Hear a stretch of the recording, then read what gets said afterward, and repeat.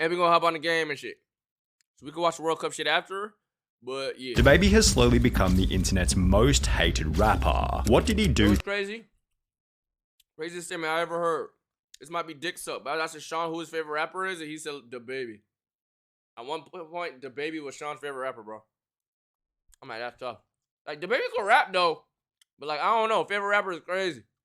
To earn this title? Well, his actions range from insulting fans to getting angry at flight attendants. However, the very first thing that began to turn DaBaby's audience against him was the time he'd get into a beef with kids YouTuber Jojo Siwa. The argument began after DaBaby would post a song titled Beatbox Freestyle, in which he'd hold up a photo of Jojo Siwa and call her a bunch of nasty names. The snippet was instantly shared to Twitter, where it gained over 1 million views and 42,000 likes on a post reading, "What TF did Jojo Siwa do that made DaBaby mad like that?" While some joked about DaBaby calling her out over a height insecurity, most were simply baffled that DaBaby would target a kid's YouTuber. She's literally a child, kinda out of line to be honest. Yo, that is funny AF, he really came for a whole kid, which accompanied a post by James Charles reading, "Can someone please explain why DaBaby is dissing Jojo Siwa when she's 12 years younger, 10 times richer, and 2 inches taller than him?" Now DaBaby had absolutely no business. Shit, sis! Hold on, how the fuck you get 184k likes and only 8? Yo, that's yo. This nigga got fans, bro.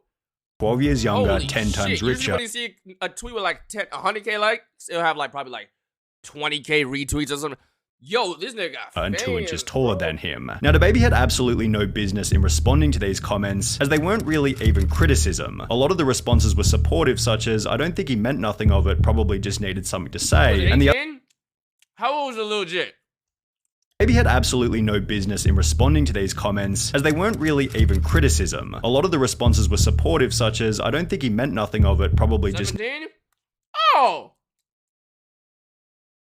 I thought they were saying kid like an 11-year-old or some shit. Needed something to say, and the others were simply surprised that DaBaby went there, which is literally how DaBaby described his own branding. I'm gonna say, I can't believe he said that. However, despite also stating that he wasn't the type of guy to respond to things online, when it's said outside of music and I'm expected to respond and clear it up without using music, that ain't what I do. He'd still take to Twitter to squash the drama in a post reading, "It's Jojo Siwa. My 3-year-old princess is your #1 fan. I bought her every product you have out, she thinks she you. Don't let him trick you into thinking I'd ever have a problem with you. My wordplay just went over their heads. All love on my end, shorty, keep shining." Now, DaBaby's response was actually pretty decent. But since he never needed to respond in the first place, all it did was show everyone that he was paying attention to the drama and was unable to stay silent if he was criticized too heavily. In the lead up to this tweet, DaBaby had established a reputation as a kind of hardcore gangster rapper, and to be on Twitter justifying why you made a diss on a kid's YouTuber. It sounds stupid what he's saying, but that's how it is, bro. That's how it is. Like, just the mind share of people seeing him actually make a response, like, "Oh, he's looking a little bothered. What the fuck?"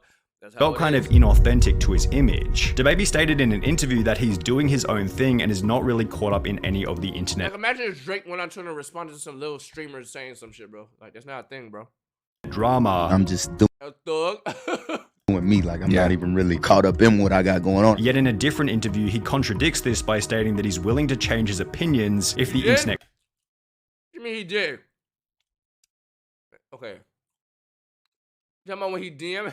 That was weird. Talking about when he DM that nigga back? Pantano or some shit like that?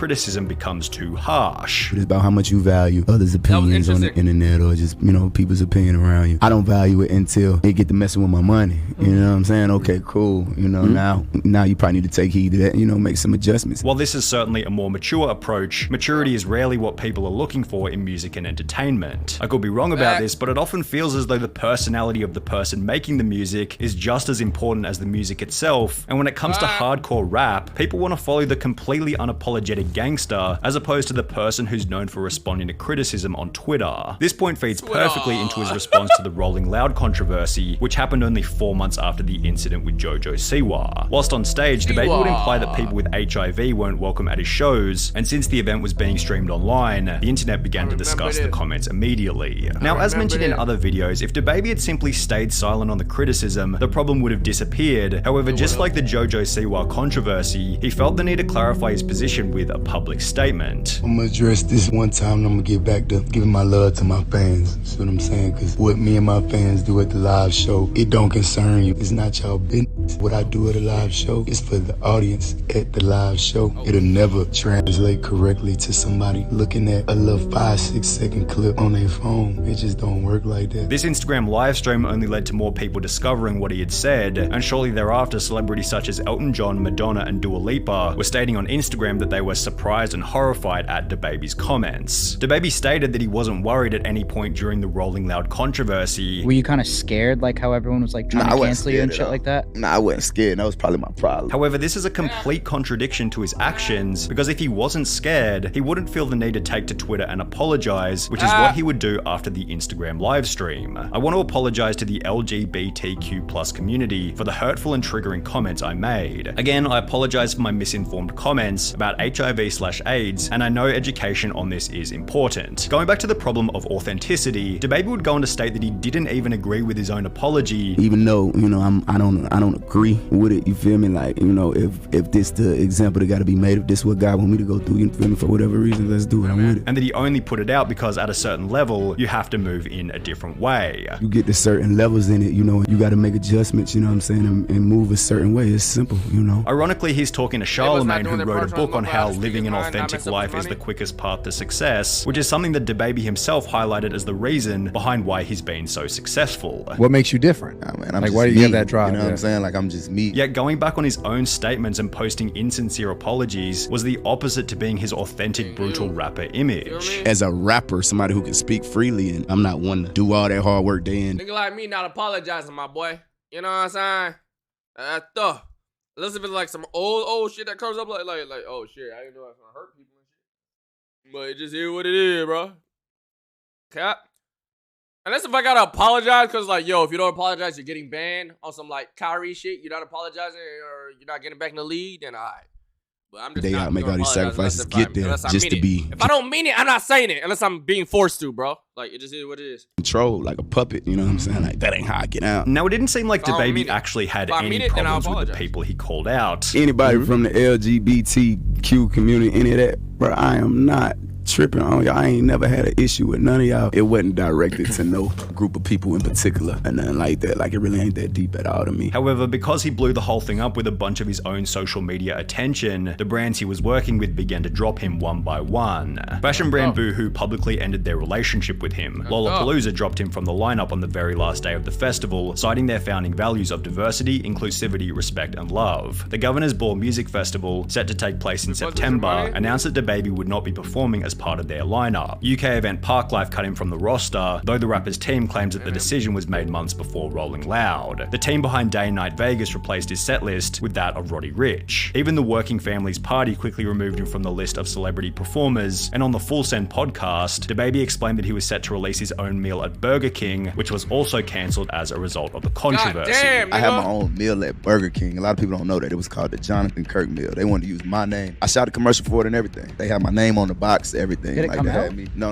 that's when all the controversy. In a different interview, DaBaby gave a dollar figure for how much his comments had cost him. I had $30 million worth of shows on the schedule before December 31st. I was finna buy my private plane, but it is what it is. It go how it go. You know, God ain't want me to have my plane yet. He like, hold on, man, just chill. And while DaBaby clearly took the loss in a very respectable manner, this seemingly did little to repair his reputation, as after being invited back to Rolling Loud 6 months later, the crowd threw drinks at him. However, the worst part about the controversy was, from that point onwards, DaBaby was berated on Twitter for almost anything he'd do. For example, people brought up the time where he'd attack a fan at a club for putting a flashlight in his face, resulting in another— That was low-key giving him a tell. Like, every time DaBaby would do some shit, there was like a tweet like, yo, it's been like a month and DaBaby hasn't done anything. It's been like, it was low-key funny at a point, and then he just disappeared. Like, I just stopped hearing about it.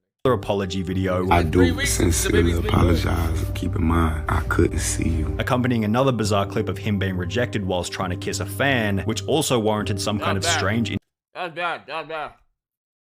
That's bad. That's bad. That was weird. This was so weird to me. This was so weird. This was so weird. Another bizarre clip of him being rejected whilst trying to kiss a fan, which also warranted some kind of strange Instagram response to the event. And he just kept making mistake after mistake after mistake. After mistake, after mistake. There was also the time where he'd make what seemed to be a satirical tweet stating that he was voting for Kanye, which warranted responses such as, "Waste, I can't believe you're even promoting this. Baby, you got too big of a platform to be tweeting this nonsense. Bruh, you're not even eligible to vote," which accompanied a different, more recent video where he'd get angry at a flight attendant for not combing her hair. We gonna pay all that for that flight, you gonna comb your hair. Straight up, they nah, dog. You gonna pay all that? I hate that. You go comb your hair, the least you could do. This is probably part of the reason why DaBaby believes that social media LMAO? can become a negative thing once you reach a LMAO? Bro, see, he made it for niggas like you. He made that video for niggas like y'all. Niggas almost some LMAO. What the fuck? Oh, the voting thing. Okay, the voting thing.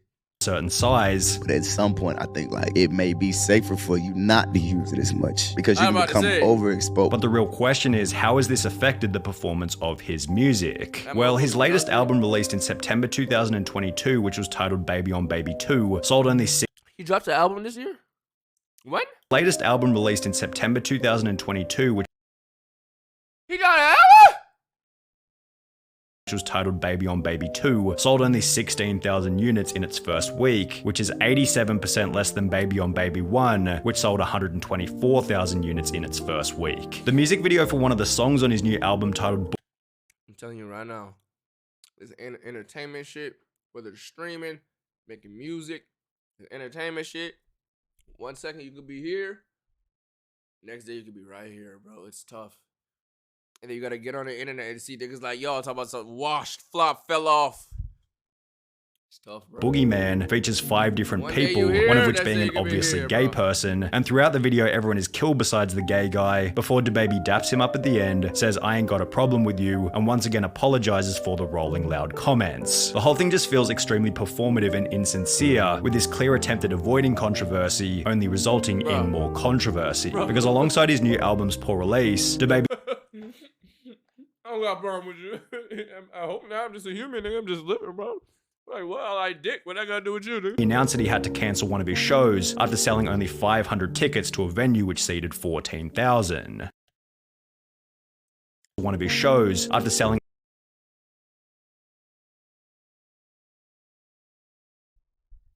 I'm not gonna lie, no cap. I feel like I could sell 500 tickets somewhere.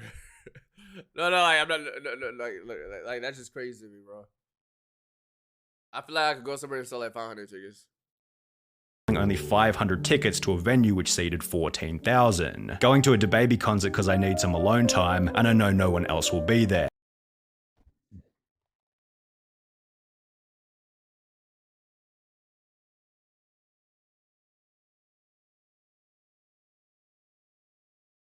Oh my God. That's a banger. That's tough though, but that's a banger, bro. Holy shit, that's cooked. Oh my God, she cooked his ass. Yeah. If I put all my followers in a room and sang a little song to them, then I'd have a more successful concert than DaBaby. DaBaby concert was lit. However, to DaBaby's credit, he's taken his setbacks quite humbly, having replied to his lower album sales by stating, "Not bad for the blackballed baby." There are a lot of people who have covered in the past that are clearly deserving of their poor reputations, but I mean, I understand it, but bro, you get it so played out. Every rapper who sells like under what they think they should sell always says they blackball. could argue that DaBaby isn't really one of them. He's a hard worker with a library of incredibly well-made music, yet he's been unable to keep his mouth closed on controversial topics, which only compounds when you compromise your integrity and change your personality to suit whatever the audience wants you to be. Yeah, it's kind of his fault though. He actually might be blackball though. He actually might be blackball. Today I am basically. Hey man. Hey man. DaBaby. I deserve everybody should be forgiven. I hope the world gives you another chance. You know what I'm saying? Hope you drop some bangers that we could bump. At the end of the day, you just gotta drop some heat, bro. You just gotta drop some heat, bro. You gotta just drop some heat, bro. Did I just hear X's voice?